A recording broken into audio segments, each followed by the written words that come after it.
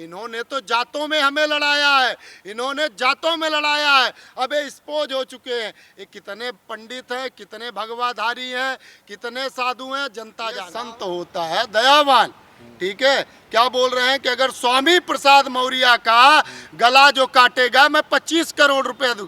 अरे ईडी क्या कर रही है? ईडी कहाँ है?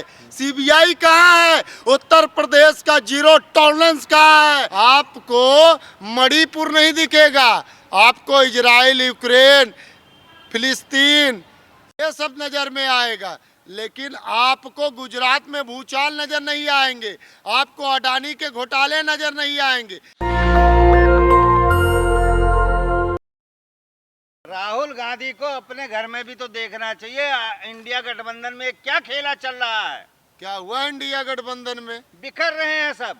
आपको शायद स्पष्ट कर देते हैं कि पहली बात तो ये जान लीजिए, इंडिया अलायंस की 3 बार और 3 राज्यों में बैठक किया गया है और आप उसकी चिंता मत करिए। आपको मणिपुर नहीं दिखेगा, आपको इजराइल, यूक्रेन, फिलिस्तीन ये सब नजर में आएगा, लेकिन आपको गुजरात में भूचाल नजर नहीं आएंगे, आपको अडानी के घोटाले नजर नहीं आएंगे। इंडिया गठबंधन में फूट कहाँ है ये आपको नजर आएगा। और बहुत शुक्रगुजार हैं आप सब पत्रकारों का कि कम से कम आप इसी बहाने राहुल गांधी जी को याद तो कर लेते हैं।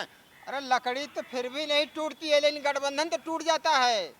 मैंने आपको पहले ही दिन स्पष्ट किया था, आपको याद होगा जिस दिन अपना महाराष्ट्र में बैठक हुआ था, मैं एक लकड़ी का गुच्छा लेके आपके ही चैनल में बताया था कि इस बार का गठबंधन मजबूत गठबंधन है और 2024 में देश के प्रधानमंत्री माननीय राहुल गांधी जी बनेंगे और इंडिया अलायंस के सभी राष्ट्रीय अध्यक्ष पूरे दमखम के साथ और पूर्ण ईमानदारी और निष्ठा के साथ जनता के बीच में उतरेंगे और जनता को जो वादा करेंगे उसको पूरा करने का काम भी करेंगे। और उसके बाद आपने देखा जाति जनगणना बिहार हमारे इंडिया अलायंस से किया गया और आज बीजेपी सरकार, प्रधानमंत्री मोदी घबराए हुए हैं क्योंकि आज अधिकार की बात हो गई है। आज इनका विक्टिम कार्ड नहीं चल रहा है, इनका हिंदू मुस्लिम नहीं चल रहा है। हमेशा हिंदू मुस्लिम करके देश के वोटरों को बगलाने का काम है बीजेपी सरकार ने जो किया है और 2024 में इसका परिणाम देखने को मिलेगा। उत्तर प्रदेश घोसी के चुनाव से वहाँ पे भगवाधारी स्वयं हिंदू हृदय सम्राट पहुंचे थे, जिनके आवास पे 3 अक्टूबर के दिन बैठी महिला जो अपनी जमीनी विवाद को सुलझाने के लिए वहां धरने पे बैठी थी महाराज जी से मिलने के लिए, उसके साथ बलात्कार हो जाता है। उस जगह से जहां योगी आदित्यनाथ बोलते हैं इस चौक पे किसी ने छेड़ा था, अगले चौक पे ढेर कर देते हैं। आज वहाँ पे भी देखिए पंडित वर्षिस यादव आ रहे हैं। इन्होंने तो जातों में हमें लड़ाया है, इन्होंने जातों में लड़ाया है। अब ये स्पोज हो चुके हैं। ये कितने पंडित हैं, कितने भगवाधारी हैं, कितने साधु हैं, जनता जान। राहुल गांधी एमपी में गठबंधन को सीट देने के लिए बोले थे, पर अभी तक कोई घोषणा नहीं हुआ। उसकी चिंता आप पत्रकार लोग ना करें। ये हमारी इंडिया अलायंस ने इसका फैसला 3 बैठकों में कर लिया था। ये जनता गुमराह नहीं होगी। आप जितना मर्जी जनता को गुमराह कर लीजिए, लेकिन ये इंडिया अलायंस के ही नेता को अपना उम्मीदवार मानेंगे और उसी को जिताएंगे। ये जनता की लड़ाई है, ये भ्रष्टाचार के साथ लड़ाई है। आज इतने भ्रष्टाचार अडानी, अंबानी, उद्योगपति लोग कर रहे हैं। कितनी कंपनियां हमारे देश में छोड़ के इंडस्ट्रियां विदेशों में चले गए कम दामों में। ये ताकत कहते हैं ना, बुराई की ताकत होती है लेकिन कुछ दिन के लिए होती है और सच्चाई की ताकत 100 दिन के लिए होती है, जान लीजिएगा आप। आज भी पेट्रोल डीजल का रेट बढ़ गया, क्या कहना चाहते हैं इस पे आप? भाई पेट्रोल डीजल है किसके? आप बिजली का शुद्ध दबा रहे हो, आप पेट्रोल भरा रहे हो, आप मोबाइल चला रहे हो, आप गाड़ी में घूम रहे हो, आप टोल दे रहे हो, आप तेल खरीद कुछ भी कर रहे हो, आपका पैसा सीधा अडानी के खाते में जाता है। और अडानी जो चाहेंगे वो करवा रहे हैं, लेकिन इनको पता है कि 2024 के बाद अगर देश का प्रधानमंत्री हमारे राहुल गांधी जी बनेंगे, अडानी और अंबानी सबके नाक में देखिए नकेल कसा जाएगा। और उस समय जिस प्रकार से लंका जलाकर सभी देवताओं को मुक्त किए थे, उसी प्रकार माननीय राहुल गांधी जी सभी विभागों को मुक्त करके और असल में दिखाएंगे कि किस प्रकार से ईडी का प्रयोग किया जाता है।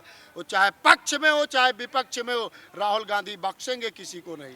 ये मुंगेरी लाल के सपने देखना बंद करो। 2024 में राहुल गांधी प्रधानमंत्री नहीं बनेंगे। श्री नरेंद्र मोदी तिबारा आ रहे हैं प्रधानमंत्री के उसमें। आप किसको कह रहे हैं कि मुंगेरी लाल के सपने देखने की? कांग्रेसियों को। कांग्रेसियों की आप बात कर रहे हैं ना, कांग्रेसियों से सीखे और आपकी ये पत्रकारिता जो आप कर रहे हैं ना, आप सब भी सीखे। 4000 किलोमीटर हमारा जननायक चला, जनता के बीच में, व्यापारी के बीच में, किसान के बीच में, माताओं के बीच में। और जब मणिपुर में वहाँ पे नरसंहार अत्याचार हुआ, वहाँ पे भी जाके खड़े हो गए।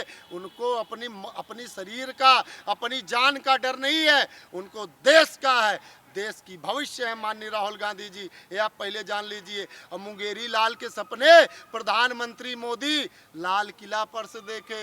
मैं आऊंगा भाइयों, मैं आऊंगा, फिर लाल किले पर से झंडा फहराऊंगा। और यही गारंटी राजस्थान में गिना रहे थे, किसान के बेटों ने खड़े होकर स्पोज करने का काम किया कि मोदी 2 करोड़ नौकरी, 15 लाख, 100 स्मार्ट सिटी, मैं चौकीदार हूं तेरा। सारे तू तो फेल हो गया।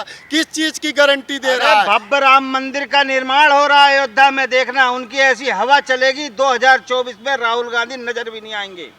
एक बात बता दें, पहले तो ये जान लीजिए, पत्रकारिता आप अगर सही से करना है, सवाल पूछिए। राम मंदिर पे हमारी देश की जनता नहीं घबराएगी, क्योंकि राम हमारे हृदय में बसते हैं, राम हमारी श्वास है, राम ये प्रकृति है, राम ये आकाश है।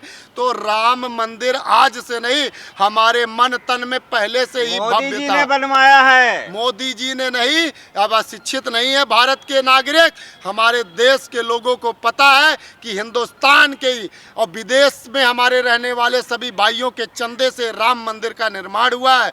और आज एक जाति विशेष को वहाँ पे उनकी ट्रस्ट बनाकर बैठाया गया है।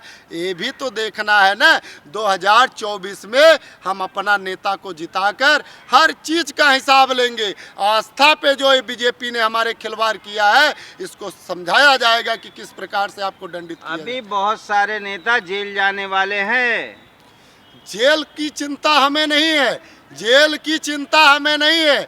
जेलें बनी है तो जाएंगे, और जेलों की दरवाजे जिस प्रकार से अंदर जाते समय खुलती है ना, उसी प्रकार बाहर आते वक्त भी खुलेगी, क्योंकि देश हमारे साथ है, देश माननीय राहुल गांधी जी के साथ है, देश राहुल गांधी पे विश्वास करता है।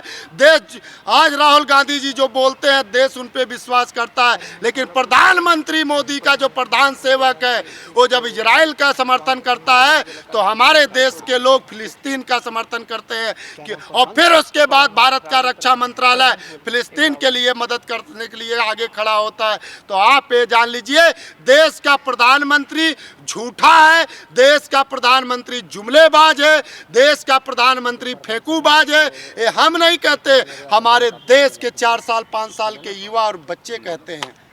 अरे जो प्रभंस है, जो गला काटने के लिए बात कर रहे हैं स्वामी प्रसाद मौर्य, क्या कहना चाहते हैं इस पे आप सच्चाई बोलेंगे तो उस पे गला कट जाएगा। आप कितने करोड़ रुपया बोल रहे हैं? 25 करोड़ रुपया अयोध्या के संत जी हैं, भगवाधारी हैं। आप एक जान लीजिए, संत होता है दयावान, ठीक है। क्या बोल रहे हैं कि अगर स्वामी प्रसाद मौर्य का गला जो काटेगा मैं 25 करोड़ रुपया दूं। अरे ईडी क्या कर रही है? ईडी कहाँ है? सीबीआई कहाँ है? उत्तर प्रदेश का जीरो टॉलरेंस कहाँ है? जिस प्रकार आज यादव का हत्या हुआ, प्रेमचंद यादव का, और दुबे परिवार में नरसंहार हुआ, क्या उस प्रकार से 25 करोड़ देने वाले के साथ कोई घटना घट जाएगी? तो क्या योगी आदित्यनाथ उस समय फिर जाकर साधुओं में बैठ के चिमटा बजाने का काम करेंगे कि न्याय करेंगे? देश की जनता जानना चाहती है, इसके पास 25 करोड़ रुपए आए तो आए कहाँ से? प्रश्न ये है कि 25 करोड़ रुपया जो दे रहा है गर्दन काटने वाले को, ये आया कहाँ से?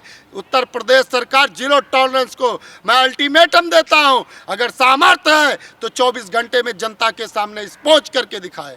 नेशनल दस्तक की आपसे गुजारिश है कि अगर इसको बचाना चाहते हैं तो नेशनल दस्तक को सब्सक्राइब करने के लिए रेड कलर के सब्सक्राइब बटन को दबाएं, फिर बेल आइकन की घंटी दबाएं। नेशनल दस्तक को बचाने के लिए बहुत जरूरी है कि हर खबर को शेयर करें, लाइक करें, कमेंट जरूर करें।